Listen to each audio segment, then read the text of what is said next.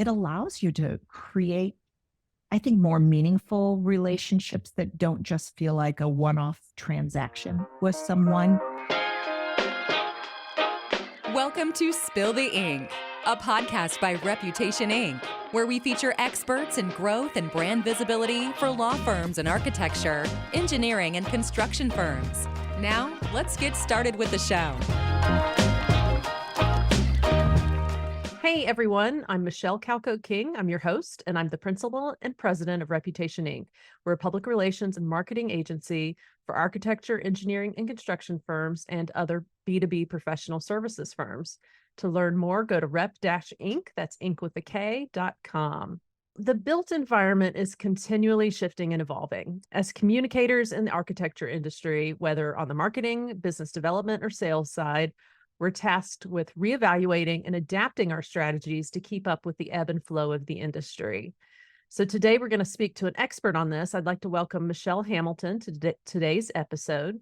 She is the Vice President of Business Development at Vessel Architecture. She has led a rich career in the AEC industry, serving in leadership positions that put her at the forefront of marketing and business development initiatives for architecture, engineering, and design firms. So thanks for joining me today. Well, I appreciate it, Michelle. I'm really glad to be here and looking forward to our conversation. Yeah, so I gave a brief description, but I'd love to hear, I always like to hear how people ended up in these industries, it's a niche type of marketing. So, and business development, I know that's your title. I know there's much crossover, but I'd love to hear sort of what led you to this role. You know what, like most business developers, I have to tell you, Michelle, it has been the most non-linear It always is, right? Right. Yeah. I know. Starting from, education on, and yet somehow it all just lined up to be the perfect role for me. Starting from talking about design and sales and BD as a kid at our dinner tables, because my parents both owned their own companies in design and in business. And all the way through really several different careers, but that have always focused on creativity, space, and what drives people in their decision-making, and what honestly gets everybody excited, whether they're at work, whether they're at home, at school. I love it all. I absolutely love it all. And it's that business development part, the relationship building, in all honesty, that just gets me really, really excited. I have had quite a bit of experience on the marketing side as well, though working at a marketing agency. And so it's been a lot of fun bringing both of those careers together and working together internally with our team here at Vessel to help build out the marketing and business development strategies. Love that. That actually leads well into my next question. Us folks in this industry kind of understand it, but a lot of people don't really understand the differences between marketing and business development, but also how they intersect. How would you define business development versus marketing? And then how do they interplay? And I think that's a great question, Michelle, because so often people will ask me, what does that mean exactly? Aren't you just the salesperson? Right. And it really is, to me, they belong together in the same room. Marketing and business development absolutely lean into each other and rely on each other to do the very best job at highlighting what makes an organization extraordinary. And I am fortunate enough to have a terrific marketing coordinator at Vessel, and she and I sit together and really talk extensively about branding and the visual componentry of what do I envision Vessel looking like as I take it out into the community, because my job is to actually not be in the office. It's very rare to see me sitting at a desk. My job is to be out in the community and talking, but I understand, like all marketers, that people are always going to a website first. You are introduced to a firm well before I ever sit at your table. And knowing that those need to come together and blend together in that seamless collaboration in a very efficient manner, honestly, makes to me, it just makes a lot of sense. It also, I just think from an innovation standpoint, and how are we getting in front of the customer? How are we creating our best strategy for being a great partner with other firms? To me, they belong in the same room. Yeah, absolutely. They sort of, I kind of view it almost like marketing supports business development, and not to say one's more important than the other, but you're the one forming those relationships, talking to prospects, having those, direct conversations, and marketing helps when that prospect, like you said, goes back to the office or wants to see more, wants to learn more, follows you on social media, wants to look a little more in depth to the work, supplies you with the tools you need to tell the story. It's always frustrating in some firms where they don't work together, because you think, wow, if you guys work together, it would be so much more effective. One drives the other, and business development feeds so much intelligence to marketing. Right. I think they really cross and form each other. Yeah, absolutely. And I don't know what I would do without having such a great marketing team behind me to ensure that I have the tools that I need when I need them.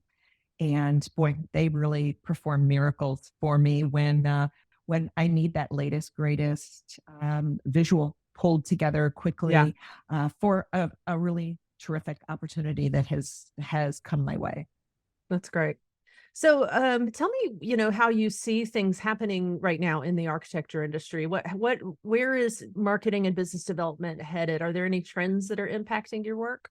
Sometimes I struggle with the word trends because it implies that it's temporary. And the one trend, if you will, that I actually have been really working a lot with in the last 6 months is integrating AI into my daily practice and utilizing that for both the marketing and the business development. And I'm a very newer user to it, as honestly all of us are. And Yeah. the funny thing is that it actually started because I still have a college age student, and he was telling me about utilizing it in the classroom, and I was so offended. And this was like 6 months ago. And he said, "No, mom, it's a tool. I'm not using it to do my work. It it still needs the human, but it is a tool, just like Grammarly, just like Word." And I thought, Right. why not? Why not? Why Yeah. not me? And once I started exploring it, and you host a podcast. I am a podcast junkie and an education junkie. So boy, I dove in with both feet and signed up for just about anything and everything I could to think about how can I utilize this as an even more powerful tool to think about data analytics, lead generation, content management, things like that. And it's not authoring things for me. It is a tool that I utilize when I input my thoughts and ideas. It helps to bring them together, I think, in a really cohesive manner, much more efficiently than I can do by myself in the time allotted. Yeah, that's exactly it. It's sort of increasing our efficiency. We just started playing with a AI tool just to help produce this podcast, and Yeah, my producer Sophia was like, "Wow, the editing process just went, so much more faster, and it's not replacing the work; it's just making you more efficient and better at it." it So does. And as we all yeah, have smallish teams, I mean, we are a 17-person firm. Sometimes we all wear a lot of hats, and you've got to do a lot of projects simultaneously. So anything that makes you more efficient while still maintaining the integrity of your work, I'm all in for. And believe me, I've got lots of thoughts and concerns about other issues with AI. But sure. when it comes to work processes, I'm just seeing a huge benefit. If you had to sum up your approach to marketing your firm, to how you go about the business development for vessel architecture, how would you describe that? You know what? I actually would describe it as this conversation you and I are having.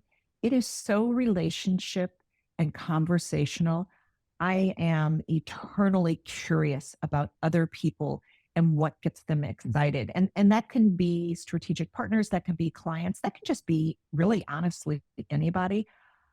And using that curiosity and leaning into it so that you are very genuine in your connections with people and you are very genuine about asking them, how are you?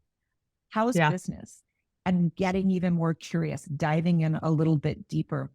And where I think that that really comes in handy or really is at play in business development is it allows you to create, I think, more meaningful relationships that don't just feel like a one off transaction with someone. As most business developers would say, I love nothing more than when my client calls me looking for a great podcast recommendation, a recipe, Yeah. a plumber, or hey, I've got $100 million deal here and I need you to help me put that team together. That thrills me because that tells me that they have also felt that connection. And I happen to sit on a couple of boards and belong to multiple professional organizations. And I find that leading with that kind of relationship with people professionally on all levels absolutely is what business development is for and about. What is key to building those relationships? Is it just that authenticity, curiosity? What's been helpful for those who maybe don't feel as comfortable or aren't a Mhm. people person, aren't a Right. natural people person? What's kind of key to building relationships? It's funny you asked that because my firm, I work primarily, there are 14 architects on staff, and generally architects are not known for being business developers naturally. They're not as comfortable being out and about. Brilliant people who sometimes aren't sure how to talk about the work that they do.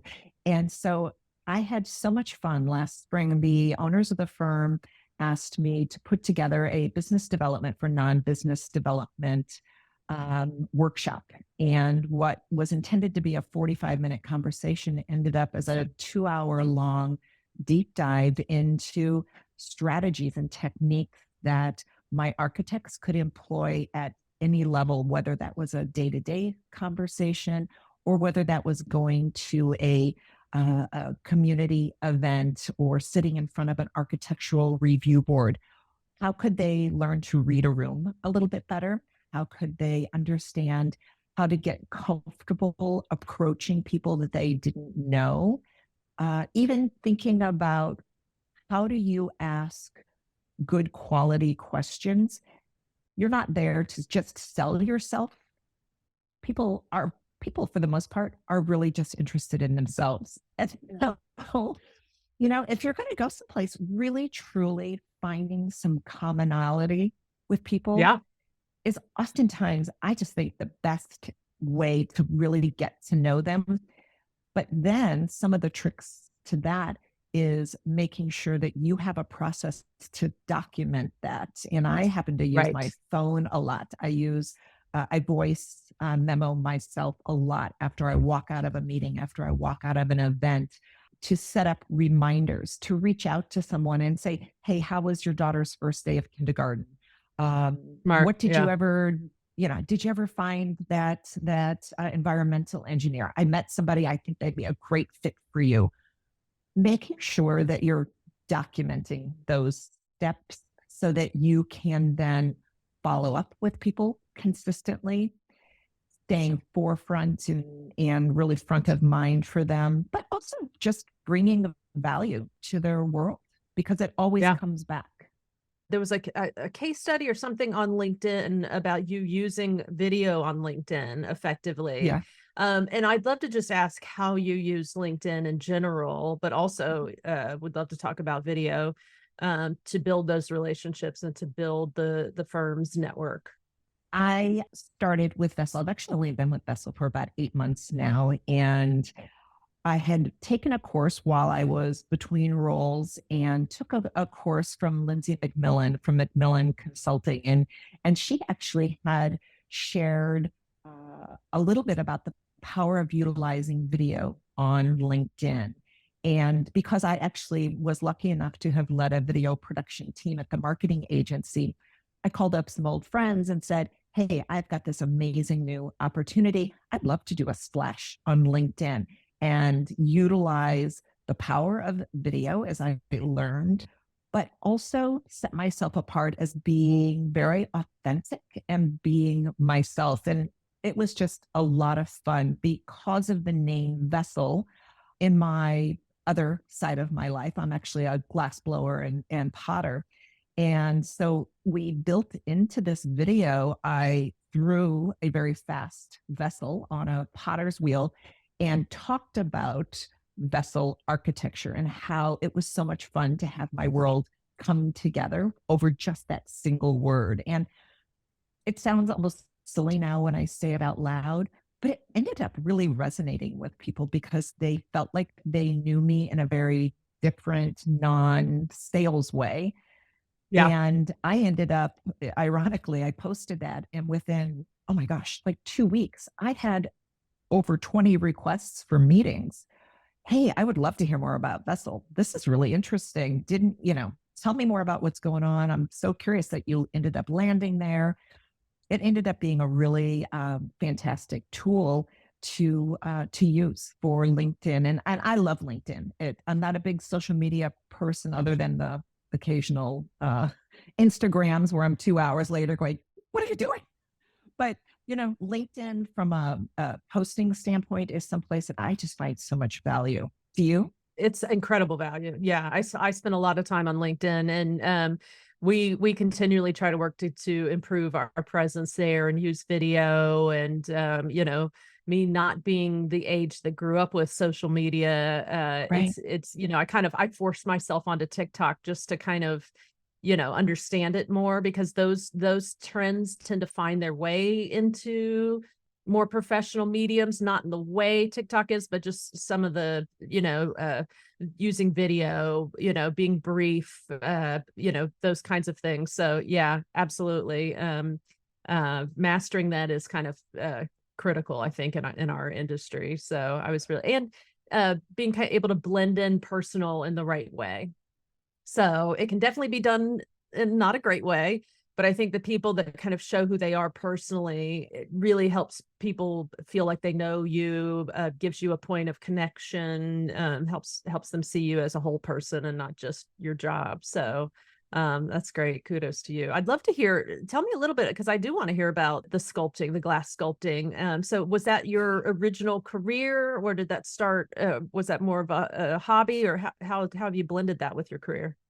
Ironically, I hold a double master's degree, one in glass blowing and one in ceramics. That's what I mean when Wow. by a very non-linear Yeah. line to get to my job. It actually has always been part of my life. I've been a working glass sculptor and ceramic artist for 40 years. And Very I cool. actually work with other architecture firms, art dealers, art consultants around the country. And so I have my day job, but I also maintain a very active studio. And so I accept commissions only one at a time. And they understand they tend to have a longer lead time because my priority is taking care of the day job. But it allows my brain to shift so neatly when I get home and get to my home studio, to be able to sit down and be creative in a very different way. It's very different parts of the brain that Yeah. I just love that it's that, because for the most part, these go into commercial architecture projects, the commissions. And so I think it's just so much fun blending the day job and the night job together, and working with a great firm like Vessel that encourages all of us to have our personal lives as well. And so they know that that's a big part of my world and a big part of my life, but that, when I'm there for them, I'm 100% there for them. Fantastic. And it's funny because you were talking about the brain switch, and you had mentioned to my producer, Sophia, that you'd been recently diagnosed with ADHD. And it's funny, I think that's very common. And I have no research to back this up among business developers and marketers, and sometimes can be almost seen as a superpower. So tell me how has getting that diagnosis impacted your work, and how have you worked to kind of either use it or overcome some of the aspects that maybe make work life challenging? Sometimes I think, why investigate it now? But I did have a good friend say to me, maybe it's time you stop beating yourself up for not being good enough, when in fact you have achieved all of these other things, and recognize that this very high energy, this very, I don't sleep is something that I don't feel like I need a ton of. I'm a good sleeper, but I just have a lot of energy and creative thought flow and the ability to really deep dive into topics. And it has served me so well throughout life. It's how you end up with two master's degrees, because Right. you end up doing, getting so excited about topics. But it also can, and in my particular case, lead to the need for inachievable perfectionism.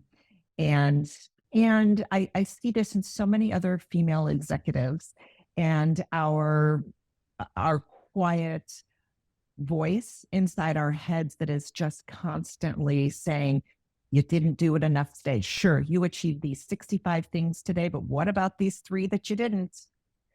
Yeah, 100%. Yeah.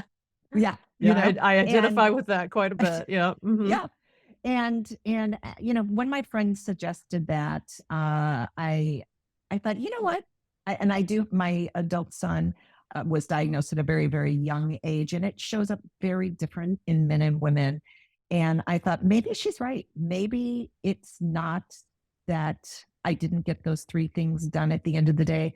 Maybe it's my brain phenotype, and I need to utilize and recognize the strengths and forgive myself for the 3 things I didn't achieve today. And so it's been fantastic for that. I love that. My sister was also diagnosed with ADHD, and she tells me that a lot, that look at what I'm able to do. I have done all this, using like coping skills and things like that. And that's a really important recognition.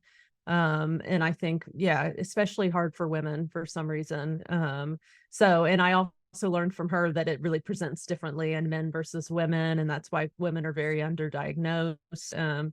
As well. So kudos to you. You did bring up a great point earlier about business developers and marketers, and that does seem to be something that you do see more often. And I suspect that's because I could look back at all of my childhood report cards, and I'm pretty sure every one of them said, she talks too much. Talks too much, right? Yeah, nice girl, smart. Wow, she talks too much. She can be disruptive.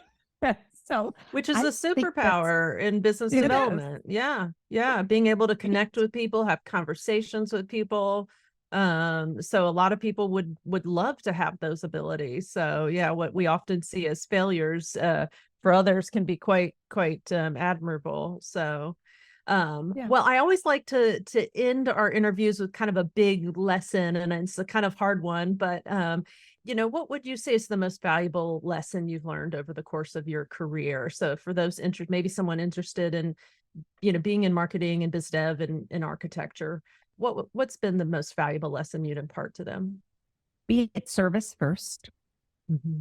Know that the true nature of being curious about other people can lead to some pretty amazing journeys. But you also have to always remember, and I don't even think this is necessarily just biz dev, it is life in general. You can't control what other people do.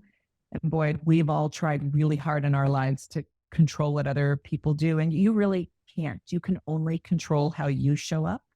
You can only control how you end the day.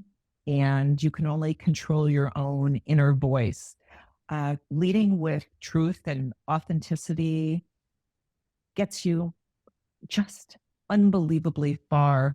And knowing that serendipity is probably one of the greatest words that you can remember, that there are opportunities in just about everything that happens. And I don't even just mean projects and money opportunities. I mean, in some of life's most unbelievable, frightening things, unexpected things, finding and recognizing that things come from that if you allow it to and you recognize it. And that certainly shows up in business, I think, in more than just about any place else. Yeah, love that. Great advice. Well, thank you so Yeah. much. So we have been talking to Michelle Hamilton of Vessel Architecture. So if people wanted to reach out and connect with you, where's the best place for them to find you? So you can find me on LinkedIn, certainly. You can visit Vessel's website, which is www.vesselarchitecture.com. And either way, I'd love to hear from you. And whether it's questions about architecture or biz dev or marketing or glass for that matter. Love it. Yeah, it would be, I just love a great conversation. Awesome. Well, thank you so much. Thanks, Michelle. Thanks for listening to Spill the Ink, a podcast by Reputation Inc. We'll see you again next time, and be sure to click subscribe to get future episodes.